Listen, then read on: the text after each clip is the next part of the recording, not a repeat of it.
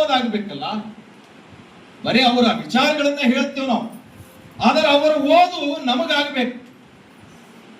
ಯಾರು ಬರಿಲಾರದಿರುವಂತಹ ಸಂವಿಧಾನವನ್ನು ನಮಗೆ ಜಗತ್ತಿನಲ್ಲಿರುವಂತಹ ಎಲ್ಲ ಸಂವಿಧಾನಗಳ ಅಧ್ಯಯನ ಮಾಡಿದ್ರು ಒಬ್ಬ ಸಾಮಾನ್ಯ ಒಬ್ಬ ಬಾಲಕ ಅಷ್ಟೆಲ್ಲ ಜ್ಞಾನವನ್ನ ಪಡೆದುಕೊಂಡು ಇವತ್ತು ಜಗತ್ತಿನಲ್ಲಿ ಆದರ್ಶ ಸಂವಿಧಾನ ಕೊಟ್ಟು, ಹಾಗೆ ನೀವು ಸಹಿತ ನಾವೆಲ್ಲ ಸಂವಿಧಾನ ಬರಲಿಕ್ಕೆ ಅವಕಾಶ ಇಲ್ಲಿ ಎಲ್ಲ ಬರೆದು ಬಿಟ್ಟಿದ್ದಾರೆ. ಸಂವಿಧಾನ ಪಾಲನೆ ಮಾಡುವುದಷ್ಟೇ.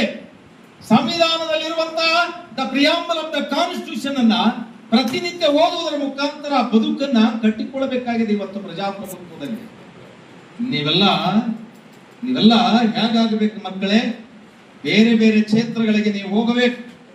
ಬಹುಶಃ ನನಗನ್ನಿಸ್ತದೆ ಸೇಡಂ ತಾಲೂಕಿನ ಬೇರೆ ಬೇರೆ ಗ್ರಾಮಗಳಿಂದ ನೀವು ಬಂದಿರಿ. ನಿನ್ನೆ ಮೊನ್ನೆ ತಾನೇ ಇಲ್ಲಿರುವಂತಹ ದೇವಾಲಯಗಳಿಗೆ ಹೋಗಿರಬಹುದಂತ ನಾನು ಅಂದ್ಕೊಂಡಿನಿ. ಮುಂಜಾನೆ ಮುನ್ಸಿಪಾಲಿಟಿ ಬಲ್ಲಿ ನಾನು ನಿಂತಿದ್ದೆ, ನಮ್ಮ ತರಬೇತಿ ನಡೆದಿತ್ತು, ನಾವು ಹೋಗ್ಬೇಕಂತ ನಿಂತಿದ್ದೆ.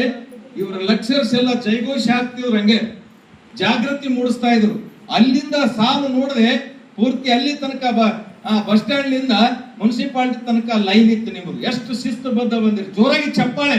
NSS ಅಂದ್ರೆ ಸೇಡಂನ ಸರ್ಕಾರಿ ಪ್ರಥಮ ದರ್ಜೆ ಕಾಲೇಜಿನ ವಿದ್ಯಾರ್ಥಿನಿಯರಿಂದ ನೋಡಿ ಕಲಿಬೇಕು. ರೋಡಿಗೆ ಬರುವಾಗ ಹೇಗಿತ್ತು